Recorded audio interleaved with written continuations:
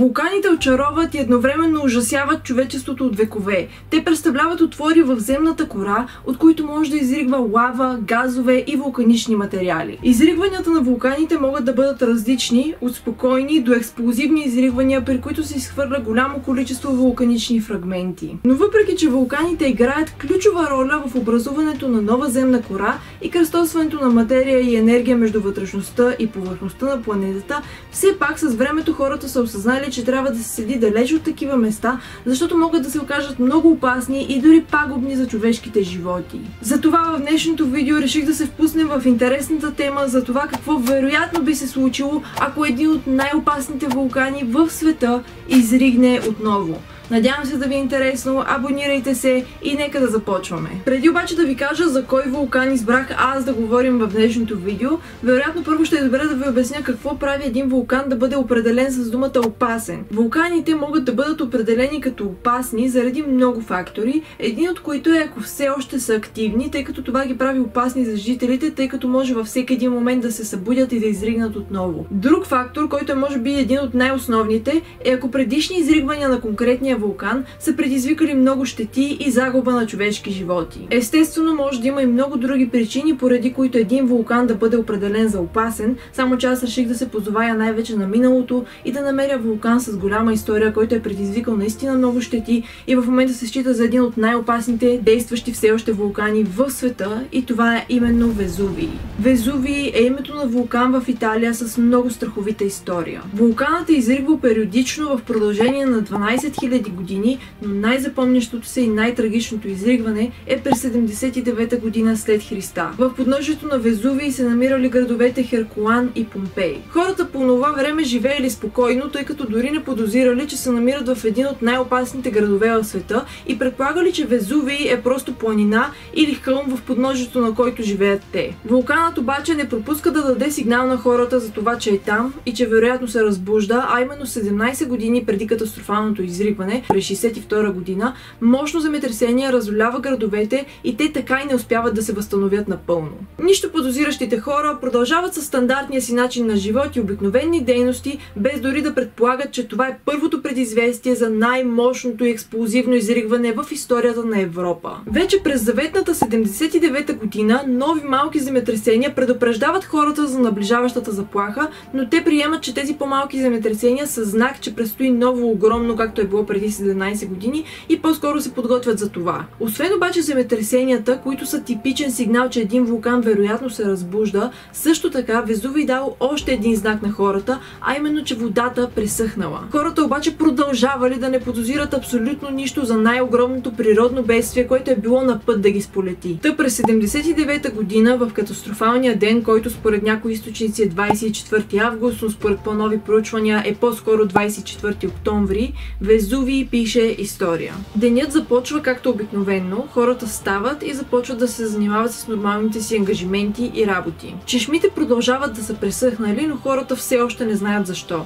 И така към 1 часа след обяд, градът е разолян от мощен взрив. Учените днес твърдят, че мощността на този взрив е била равна по сила на 50 атомни бомби, като тази хвърлена над Хирошима. Естествено, след толкова мощен взрив, хората веднага тичат навън, за да проверят какво се случва, и забелязват, че над Везувий се издига огромен облак във формата на гъба. Този стълб започва да се издига и стига до 30 км височина, и за да можете да си дадете сметка колко високо е това, нека кажа, че днешните самолети летят между 10 и 15 км височина. Минути след като хората виждат какво се случва, започват да се плашат и да търсят близките си хора, за да може да се скрият по домовете си, надявайки се, че там ще бъдат в безопасност, докато събитието отмине. Има и хора обаче, които в този момент започват да се досещат какво се случва и се опитват да напуснат градовете. За съжаление обаче вече било късно за евакуация, а хората, които се затворили по домовете си, направили огромна грешка. В началото, след изригването на вулкана, се изсипала огромна градушка от камъни, които падали с 200 км в час.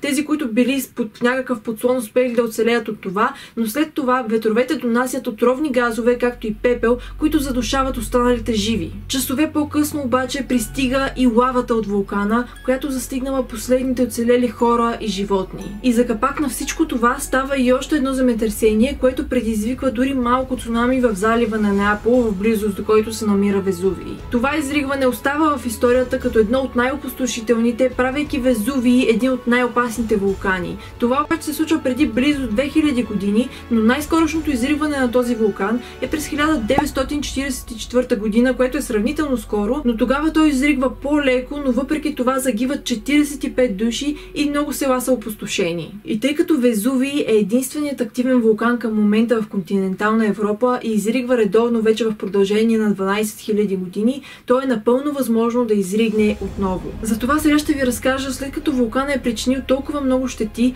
дали в момента хората са подготвени и какво би се случило при, не дай Боже, потенциално ново изригване. Везувий се намира до Неаполитанския залив в Италия и въпреки големите щети, които е причинил през годините, все още има хора, които живеят в близост до него. Той продължава да представлява огромна заплаха за всички хора, живеещи наоколо, тъй като, както казахме, е все още активен, но поне те знаят, че е вулкан и следят за потенциални негови сигнали, ако отново се разбужда. В днешни дни обаче научният напредък значително подобри способността ни да наблюдаваме вулканичната активност. Сеизмични мрежи, сателитни изображения и газови измервания формират сложен арсенал от инструменти, позволяващи на учените да изследват внимателно най-финните промени под земната повърхност. Въпреки този напредък обаче, предвиждането на точния момент на изригване си остава голямо предизвикателство.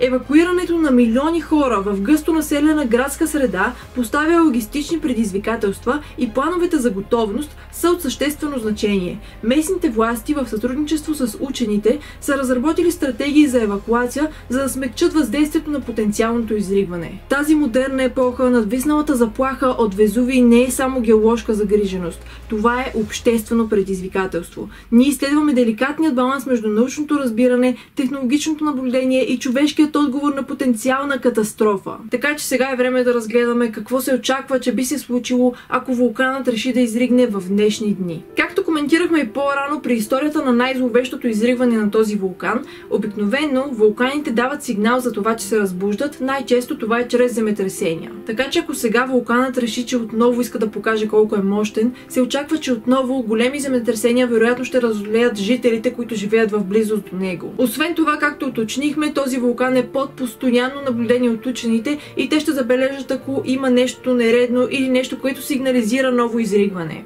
Ако това се случи, се очаква, че първото действие, което ще се предприеме, е незабавна евакуация на всички хора. Когато вулканът вече изригне наистина, отново се очаква, че ще пусне огромен облак от пепел. Всичко това много бързо ще затрупа улиците, къщите, колите и ако има все още не евакуирани хора, това допълнително ще усложни задачата. Освен това, тежестът на натрупаната пепел ще натовари конструкциите и може да предизвика дори срутване на сгради. И тъй като има милиони хора за евакуиране, а точният момент на изригването все още не може да бъде определен, това означава, че наистина е съвсем възможно, когато вулканът изригне, все още да има хора, които са под него и в потенциално голяма опасност. Трафикът естествено би бил затруднен, комуникационните линии също и дори хората, които се опитват да евакуират и спасят останалите, също ще поставят своя живот в голяма опасност. Не след дълго след изригването, разбира се, качеството на въздуха ще бъде сериозно замърсено и освен това е много възможно отново да има отровни газове. Но при едно такова изригване би имало глобални последици, като климатични, екологични, както и икономически. Частиците пепел във въздуха могат да се разпръснат по континентите,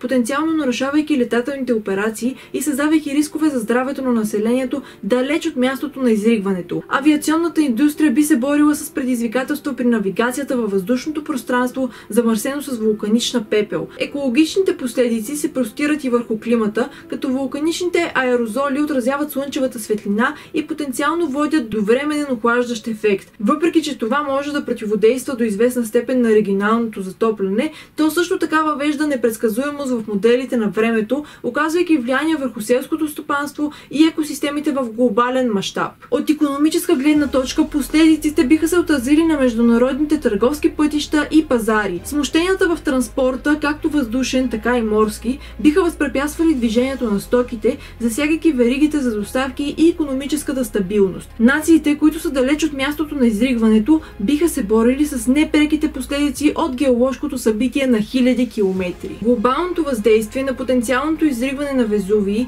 ни принуждава да признаем взаимосвързания характер на нашия свят. Той подчертава необходимостта от международно сътрудничество при реагиране при бедствия и подчертава колко уязвими са дори най-технологично напредналите общества към капризите на природата. През цялата история вулканичните изригвания често са оставяли незаличима следа върху културния гоблен на обществата и едно съвременно изригване на Везувий не би било изключение. Художници, писатели, творци и дори режисьори със сигурност ще черпят голямо вдъхновение от този катаклизъм и събитието ще стане голяма тема на разговор. В популярната култура изригването на Везувий може да се превърне в фокусна точка за разказване на истории, добавяйки слой интрига и драма към разказите в различните медии. От документални филми до художествени произведения, съвременното изригване ще плени въображението на публиката, извеждайки суровата сила на природата в челните редици на културното съзнание. Но всичко това ще бъде в следствие след изригването, но най-основният въпрос е за хората, които живеят в тези опасни градове в близост до този вулкан. За съжаление, има много хора, които са в потенциална опасност всеки ден, ако този вулкан реши изведнъж да изригне, и въпреки че неговата активност се следи постоянно, никой не знае в кой момент може да реши изведнъж да се събуди и е много вероятно все пак, въпреки всички мерки, които са взели учените и властите, да има жертви. Разбира се, при такава ситуация трудно може да има добър сценарий, но най-добрият вариант би бил, ако всички хора успеят да се измъкнат невредими, но пак, щетите, които ще нанесе вулкана върху къщите, върху предметите, върху абсолютно всичко, над което са работили хората години наред, ще бъде много трудно обратимо. Представете си просто ето така вулканът да реши да се събуди и да изригне и някой да ви каже, че трябва да напуснете дома, в който сте живяли цял живот и да изоставите абсолютно всичко ценно за вас там и всичко, над което сте работили. Определено не би била приятна ситуация и затова нека стискаме палци и се надяваме този вулкан да си седи тихичко на мястото и да не прави поражения. И за любопитните сред вас, тъй като Везувий е следен вулкан, той също така е отворен и за туристически посещения и хората могат да се качат до върха му, да станат свидетели на прекрасната гледка, която се открива от високо и освен това да видят кратерът му. Даже е напълно възможно някой от гледащите на това видео да е ставал свидетел на този вулкан на живо. Ако това е така, напишете долу в коментарите. Та, приятели, нека се надяваме, че за максимален брой години природата няма да реши да нанесе нови последствия чрез използването на вулкани, земетресения и какво ли още не. Абонирайте се за канала, ако искате да гледате още подобни клипове и оставете коментари, ако имате идеи за епизоди на Какво ако. А иначе, приятели, това беше всичко за днешното видео. Аз бях Криси и ще се видим следващия път.